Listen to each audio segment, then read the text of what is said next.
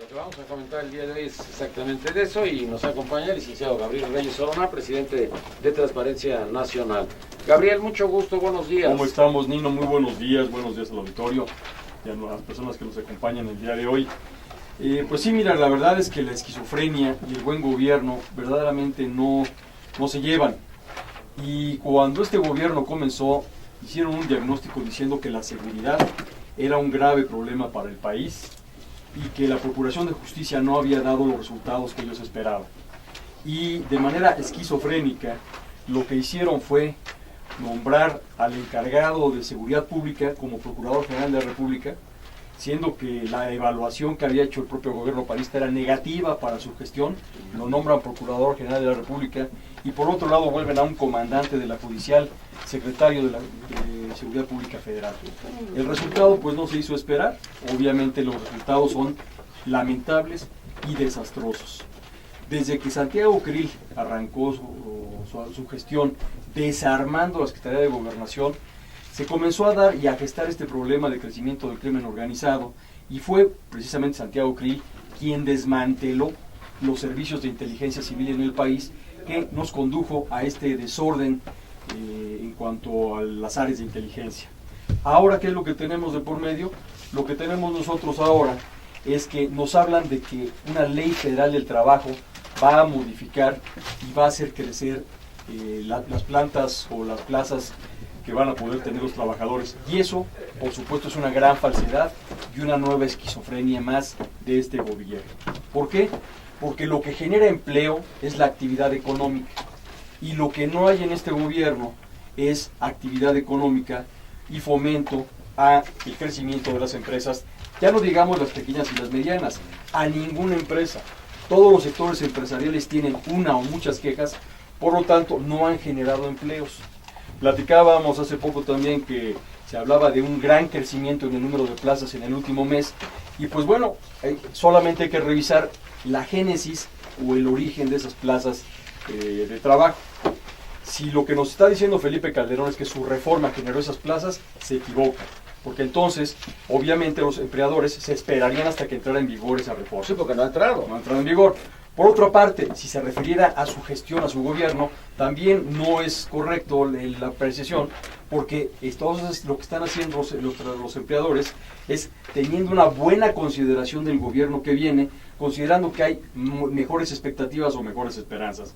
Pero lo que sí es cierto es que el crecimiento ficticio, por supuesto, y fantasioso, que anuncia el Seguro Social sin ningún sustento ni fundamento, no tiene origen ni relación con la Ley Federal del Trabajo. Ahora, vemos nosotros a un integrante, a un presidente de una comisión en materia de comunicaciones, hablando de algo que no sabe.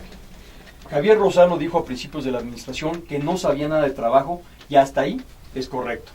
Dijo que él podría aprender.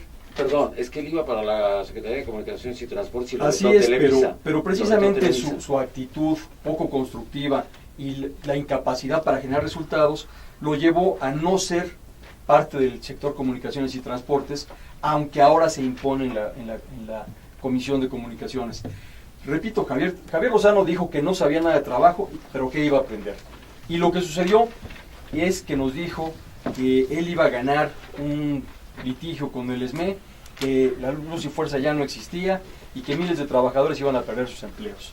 El resultado después de 6 años es que Javier Lozano, dentro de la propia administración panista, pierde el juicio y queda comprobado y corroborado que no sabía nada en materia de trabajo. ¿Él o pierde un Por juicio? supuesto. Javier Lozano salió a los medios a decir que era un caso fortuito, una fuerza mayor, el decreto de extinción de Luz y Fuerza del Centro. Ya de manera firme y definitiva, los tribunales han resuelto que no existe caso fortuito, no existe fuerza mayor, y por lo tanto ahora va a haber que recontratar o establecer un esquema de patrón sustituto en materia del Sindicato Mexicano de Electricistas. Lo que quiero decir es que esa persona que dijo hace 6 años que no sabía nada de trabajo, pero que iba a aprender y que iba a ganar un juicio, lo perdió. Es esa misma persona la que nos dice que esta nueva Ley Federal de Trabajo es una buena Ley Federal de Trabajo. Y así como hace 6 años se equivocó o mentía, hoy Javier Lozano también se equivoca o miente. El trabajo se va a generar en el país cuando haya condiciones de seguridad, cuando haya condiciones de competitividad, cuando la carga fiscal no sea predatoria y cuando el sistema financiero mexicano realmente responda a las necesidades de la planta productiva. También nos acompaña el día de hoy el senador del PRD, profesor Raúl Morón, coordinador del área social del grupo parlamentario del PRD en el Senado. Raúl, mucho gusto, bienvenido, muchas gracias. Lindo, buenos días, un gusto estar aquí contigo y con tus invitados. Pues yo en lo particular creo que, y como grupo parlamentario en el Senado, que esta reforma es una reforma incompleta. O sea, ¿Por qué? La figura de iniciativa preferente, primero, no está regulada de manera plena. En el artículo 72, en su apartado, en uno de los apartados, plantea que tienen un año para regular el tránsito de una reforma preferente, y esto no estaba regulado, y por eso el planteamiento inicial fue que esto era inconstitucional. Y no es completa porque no aborda de manera integral todas las partes de la reforma, aborda una parte. Otras partes que nosotros planteamos en el Senado discutir, que tiene que ver con todo lo que la flexibilidad laboral, los contratos por hora, los contratos a prueba, los contratos de capacitación, etcétera. Toda esa parte, el outsourcing, no fue abordada, ni siquiera entramos a debate de esa parte. Los trabajos especiales es otra parte también que queda pendiente.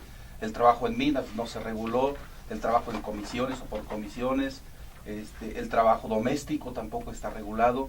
No está regulado también todo lo que tiene que ver con justicia laboral. La justicia laboral ahora está ejercida por las juntas de conciliación y arbitraje, y en estas juntas de conciliación y arbitraje hay mucha corrupción. Hay una inequidad, aparte de la corrupción hay una inequidad plena. Un representante del Estado, un representante del patrón y un representante del trabajador, que siempre es apabullado, claro, en los juicios que enfrentan ahí en esas juntas. Y hay propuestas también para ver cómo podemos avanzar a la constitución de jueces de lo laboral, pues que tengan una posibilidad más efectiva. Y hay unas partes que sí se abordaron, que tuvieron voluntad los senadores priistas y los senadores panistas de abordar, que tiene que ver con la transparencia, con la democracia y con la rendición de cuentas. ¿Los panistas iban con ustedes o no? En una parte iban con nosotros, fundamentalmente lo que tiene que ver con democracia, en rendición de cuentas y en transparencia, así es, esa parte. Y bueno, el PRI tuvo muchas resistencias en algunas de ellas. Y entonces lo que hicimos primero, en la primera vuelta, en la revisión que hicimos en el Senado, pues de alguna manera, eso que hubo voluntad de discutir, por eso digo que es incompleta, porque hay todas otras partes que no son abordadas, eso que decidieron discutir parece que se arregló un poco, pero la minuta que nos regresa de la Cámara de Diputados ahora tiene obviamente muchas limitaciones, quitaron partes sustantivas. Entonces por eso pues nosotros en este momento creemos que esta reforma es incompleta y tiene o va a tener muchos efectos negativos para el país, para el mundo. ¿No va a generar empleos? De ninguna manera. Yo digo, vamos a ver con el tiempo, porque ese es la principal o uno de los objetivos planteados en la reforma, la generación de empleos. Pero tal cual van las cosas y lo que está pasando en otras partes del mundo, yo creo que nos da una idea de que esta orientación, esta visión, España, Portugal, Italia, las movilizaciones, el paro nacional, el paro europeo de ayer, es una muestra de lo que también puede pasar acá cuando los efectos de esta reforma y de esta visión que tiene el país de ser dirigido pueda alcanzarnos aquí en México. También nos acompaña el día de hoy el licenciado Francisco Lelo de la Rea, subdirector de Investigación Económica del Centro de Estudios Económicos del Sector Privado. Mucho gusto, Francisco, bienvenido, buenos días. Nino, muy buenos días al auditorio y saludo a los compañeros de la mesa. Ya hemos platicado en repetidas ocasiones cuál es la situación que prevalece en el mercado laboral en México. Tenemos una fuerte fuerza laboral, 50 millones de personas aproximadamente, y el 60% de estos trabajadores están en la informalidad. Esto es resultado directo del esquema que prevalece en la regulación laboral. No hay duda, todos los diagnósticos lo señalan. El WEF nos señala, este es el peor aspecto de competitividad que tiene México. Y no es de extrañar, se hablaba de corrupción. Los juicios duran más de 4 años, en el mejor de los casos, es el promedio, pero hay juicios que duran hasta 8 años o más. La impartición de justicia está llena de corrupción. No hay certidumbre tampoco para el empleador cuánto le cuesta finalmente un juicio de estos, cuánto va a repercutir en su capital. Y el daño mayor de esto, y por qué hay tanta gente en la informalidad, sin duda es los altos costos que impone la actual regulación. Y lo hemos comentado. Hoy, si una microempresa contrata formalmente a un empleado, automáticamente después del primer día está obligado a liquidarlo, en caso de renuncia, por 3 meses, más otro tipo de prestaciones. Imagínense una microempresa que al cabo de un año de crecimiento de un empleado y entra en un juicio laboral, finalmente el pasivo que le genera la regulación laboral hoy a esa microempresa es capaz de quebrarla. Entonces, pues obviamente se tiene que ir por la informalidad. Entonces yo creo que la reforma que hoy regula, establece plazos claros, claridad y además liga el salario a la productividad, es un avance importante. Yo creo que sí va a dinamizar la inversión. ¿Va a generar empleo? Sin duda. Hoy la economía con el marco actual estamos generando más de 800,000 al mes de octubre de puestos de trabajo. Sin duda, no quiere decir que vamos a acabar, porque en diciembre siempre hay un ajuste estacional, pero con el marco regulatorio hoy tan oneroso, tan inflexible, estamos generando esta nueva reforma que trae mucho más flexibilidad y mejoras sustanciales en cómo se retribuye al trabajador vía salario, vía productividad. Se premia al trabajador más productivo, no a la antigüedad. Entonces eso trae beneficios económicos importantes, ¿no? Entonces yo considero que es incompleta, pero es una reforma, es perfectible, pero es una reforma, en mi opinión, en el camino correcto. Muy bien, también nos acompaña el diputado del PAN, licenciado Juan Bueno Torio, integrante de la Comisión de Trabajo y Previsión Social en la Cámara de Diputados. Juan, bienvenido, mucho gusto, buenos días. Muchas gracias, Nino, muy buenos días y un saludo a toda la audiencia y a todos los compañeros de la mesa. ¿Qué onda con la reforma? Bueno, la reforma desde nuestro punto de vista viene a resolver un sinnúmero de problemas que hoy enfrentamos. Es una reforma que moderniza sin duda el marco regulatorio en este sentido en el país.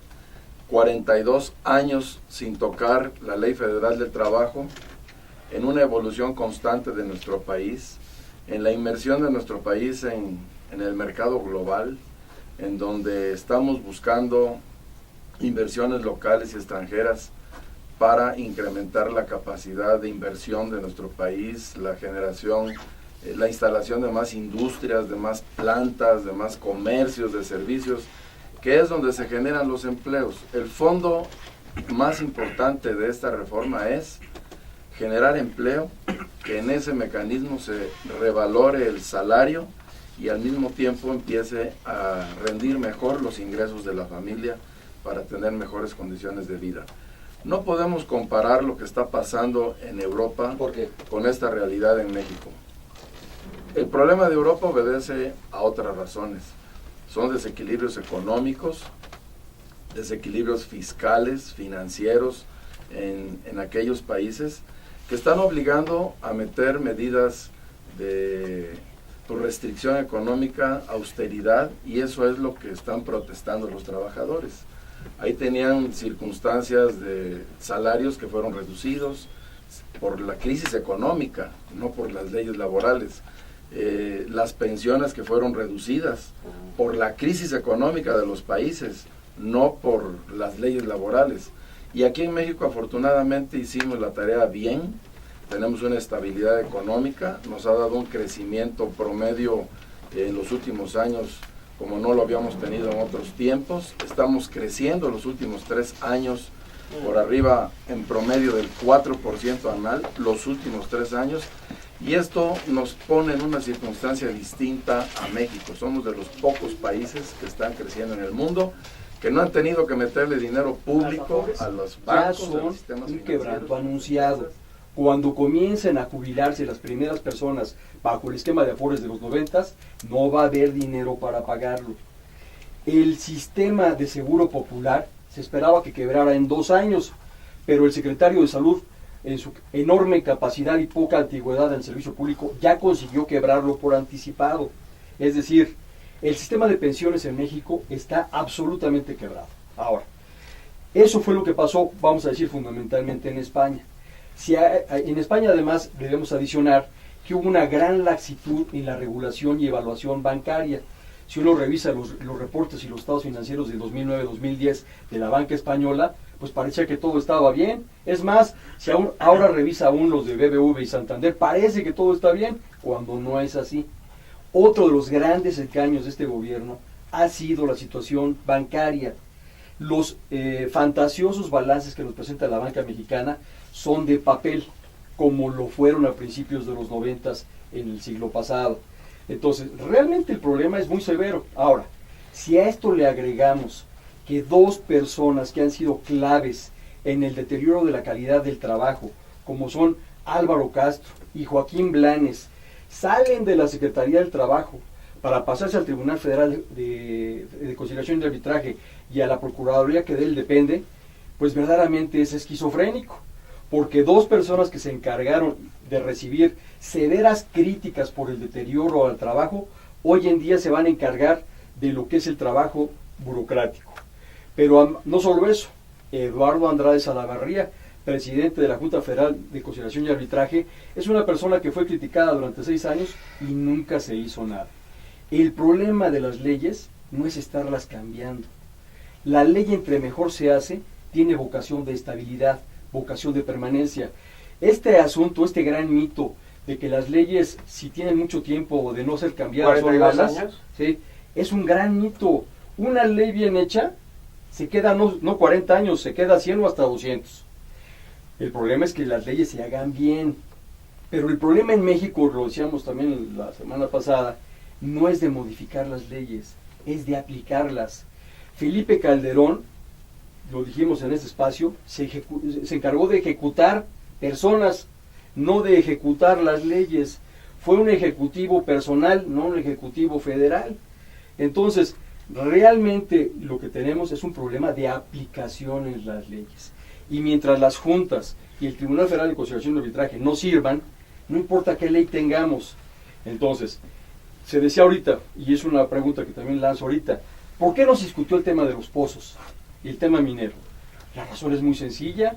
La Dirección General de Inspección Federal del Trabajo tiene una gran responsabilidad de no haber hecho su trabajo ni en Coahuila, ni en Tamaulipas, ni en Nuevo León. Y ahora quieren, al cuarto para las 5, echarle la culpa a otras empresas. Pero la verdad es que ni la Policía Federal, ni la Dirección General de Inspección Federal del Trabajo le tomaron el toro por los cuernos para ir a ver qué estaba pasando en Coahuila y dejaron que durante 10 años ese problema creciera. Entonces, sí tenemos una mesa puesta, pero creo que faltan patas a esa mesa y que con el primer empujoncito se puede caer. Entonces, sí, yo creo que esta etapa de la reforma laboral es una etapa de las muchas que tiene que haber para tener un mejor ordenamiento de naturaleza laboral. Senador del PRD, Raúl Morón. Bueno, yo también difiero ¿De Juan? estimado Juan. Por alusiones vas, Juan. Porque yo no sé qué concepto tengan de estabilidad económica. Lo real es, yo vengo de Michoacán, pero igual que Michoacán en otros estados, O sea, hay el estabilidad paisano del económica. presidente, que- No hay estabilidad Vamos a económica. uno. Nos trató muy mal el señor Felipe Calderón a los michoacanos. No hay estabilidad económica. Todos los estados están sobreendeudados, todos, Michoacán, incluyendo Michoacán. Con Godoy. Todos los municipios, con Godoy, con Lázaro, pero independientemente de los gobernantes, no es un asunto de capacidades, yo creo. ¿No es de colores? De incapacidades. No, es un asunto general, es un problema estructural. Estados y municipios están endeudados. Pero aparte hay sectores de la sociedad que tienen muchas dificultades para encontrar los satisfactores indispensables para vivir. O sea, las comunidades indígenas, en el caso de Michoacán y muchos estados de la República, las zonas de la periferia de las diferentes ciudades del país tienen muchas dificultades para garantizar esto. La informalidad se da por eso, porque no hay capacidad de generar empleos bien remunerados, bien pagados, que tengan estabilidad, que tengan seguridad jurídica laboral, que tengan basificación y todas las prestaciones sociales. Y por eso a este país se le está arrojando a la informalidad, con todos los efectos que esto tiene. Por eso, pues yo no sé qué sea estabilidad económica. Se ha hablado de estabilidad de la macroeconomía, pero la macroeconomía pocas veces se refleja en los bolsillos de los ciudadanos, de los trabajadores de este país. Entonces, yo creo que el país se ocupa una reforma laboral. Y es urgente una reforma laboral porque hay muchas cosas que regular. Este país no es igual efectivamente que hace 32 años. Pero en esta reforma laboral...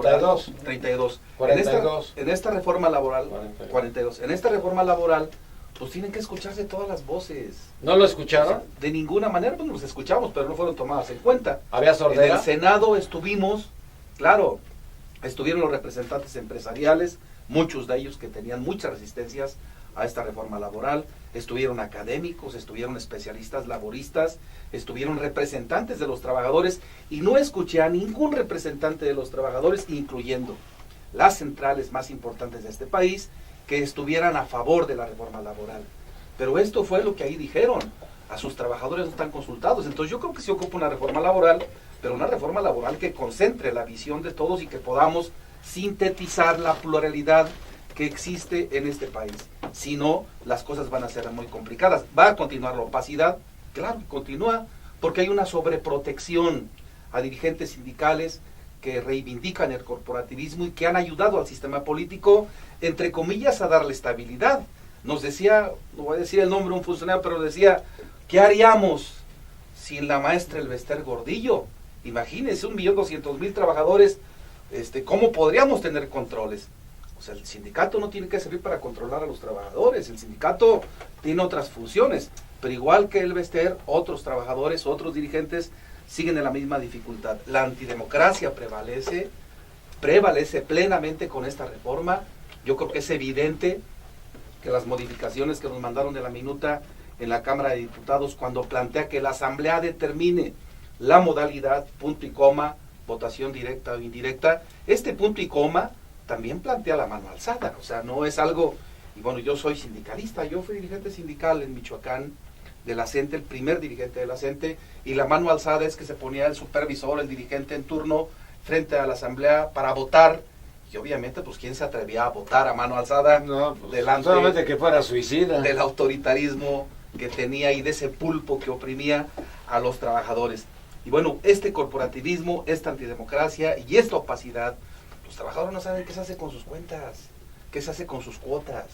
Los trabajadores ocupan que se les dé información precisa de los bienes, del patrimonio sindical y del destino de sus cuotas sindicales.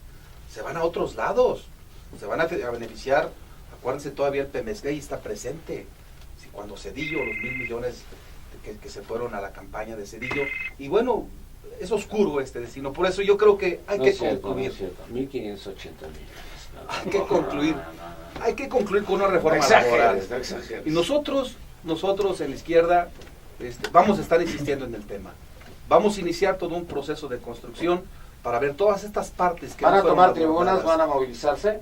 Bueno, la movilización tiene que ver con la organización sindical. No hemos discutido nosotros a fondo este tema, pero pues nosotros vamos a hacer algo. De entrada, lo que nos toca a los legisladores es empezar a construir una reforma laboral auténtica con la visión de todos, desde empresarios hasta los trabajadores.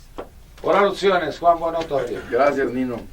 Pues la realidad es que puedo hacer un comentario sobre lo que dijo Gabriel. Efectivamente, los últimos 3 años hemos crecido: en el 2010 5.5%, en el 2011 4.5%, y en este año 2012 vamos a crecer cerca del 3.7%, cuando el resto del mundo está sin crecimiento y con problemas financieros. Parece que va a haber recesión ya en Europa porque van con 2 a la baja. Así es, Dos eso está trimestres a la pasando, baja. y aquí en México no traemos todavía ese problema, y ojalá y no lo tengamos por el efecto o la influencia que pueda tener eso en nosotros.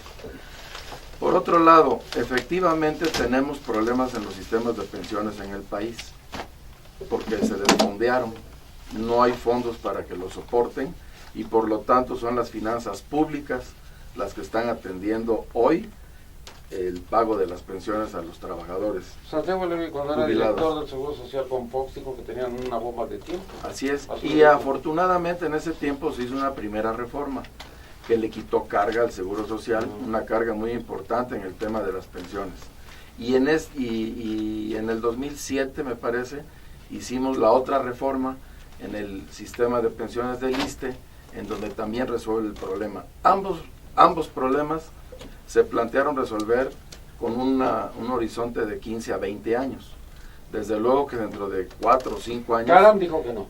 tenemos que entrar en ese problema. Tenemos que entrar en resolver el problema de las pensiones del país. Él habla de 2015, ¿no? Sea por el 2015, 2020 puede empezar a tener problemas ya el Seguro Social con el pago de pensiones, el ISSSTE.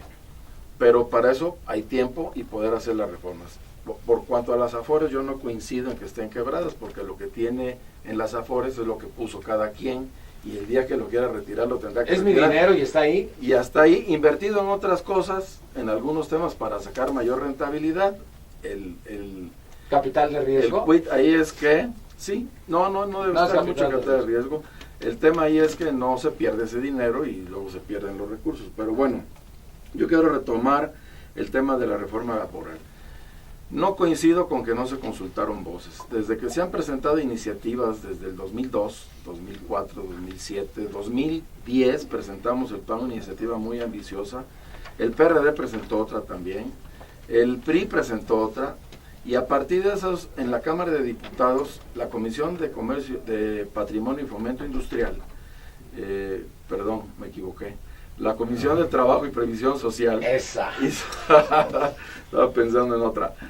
La Comisión de Trabajo y Previsión Social hizo foros por todo el país, consultó sindicatos, consultó organizaciones obreras, distintas de los sindicatos que tienen poder, consultó sector patronal, a todo mundo. Hay un gran acervo de consulta y de información en la Cámara de Diputados de las opiniones que se recogieron, no durante 2 años, los últimos, sino durante 10 años. Y ahí es donde se resuelve mandar esta iniciativa, considerando todos esos elementos, para darle al país una modernidad en este sentido, mayor competitividad y productividad, como aquí se decía, pero sobre todo elementos en la parte de la administración de la justicia laboral.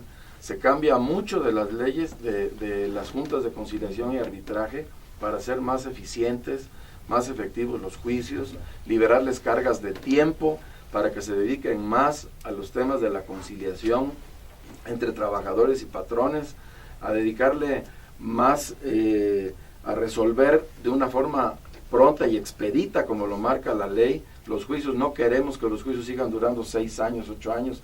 Se castiga a los abogados que deliberadamente prolongan un juicio, se castiga a los funcionarios de las juntas con la rescisión de su contrato, quienes se coludan con abogados o con empresas para afectar el interés de los trabajadores. Es decir, trae temas importantes. Se cuida el interés de los jornaleros agrícolas, se cuida el interés de las personas con capacidades diferentes dentro de las empresas, de las mujeres. Se otorgan 5 días a la paternidad para que cuando llegue un niño a la familia, el padre pueda estar 5 días acompañando a la esposa o preparando las mamilas y cambiando los pañales. La realidad, trae cosas muy buenas esta ley. La propia flexibilidad en la forma de contratar abre oportunidades a muchas personas que hoy no tienen trabajo, a que puedan acceder a un puesto de trabajo, ya sea a prueba o a capacitación, de tal manera que la gente empiece a tener experiencias laborales para seguir buscando trabajo cuando no se quede en este primer trabajo. Yo creo que es una reforma, hay que ver para adelante. Yo creo que el país no merece que sigamos viendo el futuro a través del espejo retrovisor. Ya las circunstancias en México han cambiado. El gobierno del presidente Calderón fue muy bueno para el país. Faltaron temas, faltaron caminar cosas, se negaron reformas importantes que iban a detonar mucho mayor crecimiento económico, como la reforma energética y otras, pero finalmente este es el país que tenemos, esta es la democracia que tenemos, y nosotros como grupo político serio seguiremos apuntalando el desarrollo de México, viendo al futuro, no para atrás. Francisco Lelo de la REA, ventajas y desventajas, fortalezas y debilidades, o qué es lo que estamos hablando, o qué es lo que estamos evaluando de esta reforma laboral. Yo creo que, en mi opinión, es fundamental para el crecimiento del país y la generación de empleos.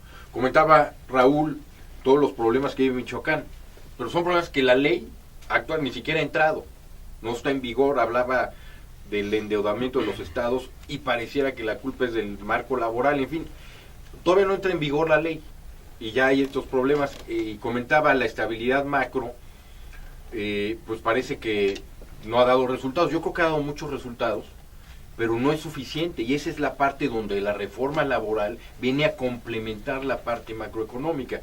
El problema de la estabilidad macroeconómica es que todos la vemos cuando hay desestabilidad, cuando el peso se devalúa de 3 a 6, cuando el salario se reduce por una devaluación al 50%, ahí es cuando notamos la urgencia de la estabilidad. Pero cuando se ha logrado conquistar la estabilidad económica, el crecimiento tiene que venir por otros lados, es decir, por otras reformas que complementen la estabilidad.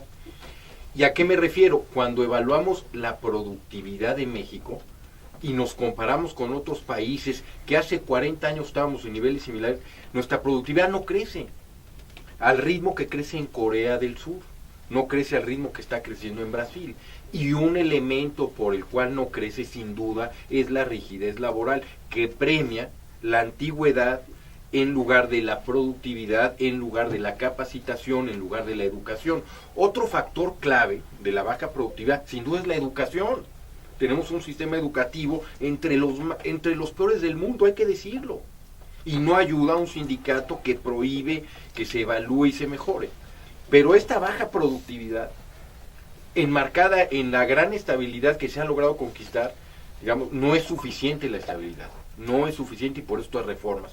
Esta ley es promotora del empleo en una proporción.